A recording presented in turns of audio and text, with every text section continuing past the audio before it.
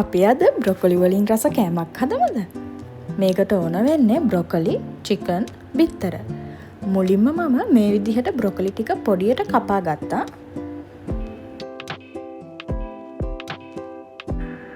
දැන් මම චිකන් ටිකත් ඒකටම එකතු කරගන්නවා. ගාලික් ටිකකුත් එකතු කරගන්නවා. මේ තියෙන කෝන්ෆ්ලා වලින් හැඳි 2.5ක් වගේ මම එකතු කරගත්තා. දැන් මම බිත්තර දෙකකුත් එකතු කරගන්නවා. ලුණු ටිකකුත් එකතු කරගත්තා. ඊට පස්සේ මේ ඔක්කොම හොඳට බ්ලෙන්ඩ් කරගන්න ඕන. දැන් මම මේකට මිරිස් කුඩු ටිකකුයි ගම් මිරිස් කුඩු ටිකකුයි එකතු කරනවා. මේකට මම චීස් ටිකකුත් එකතු කරගත්තා. ඒක රෙකෝඩ් වෙලා නැහැ. ඔයාලට පුළුවන් මොසරෙල්ලා, චෙඩර් ඒ දෙකම ගෙදර නැත්නම් හැපි කව් වගේ චීස් එකක් උනත් යූස් කරන්න පුළුවන්. මේ ටික මම මිරිස් කුඩු දාන්න කලින් වෙනම අයින් කරගත්තා බබාලා දෙන්නට හින්දා.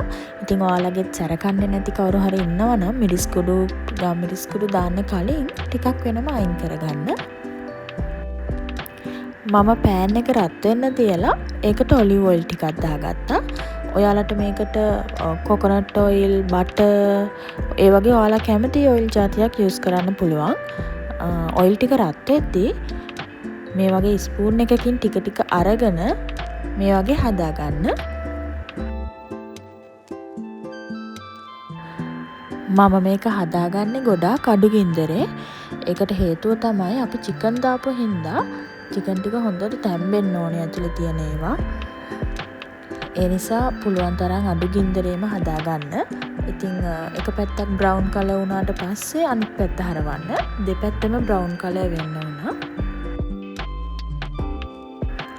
දැන් මම මේක හදලා ඉවරයි.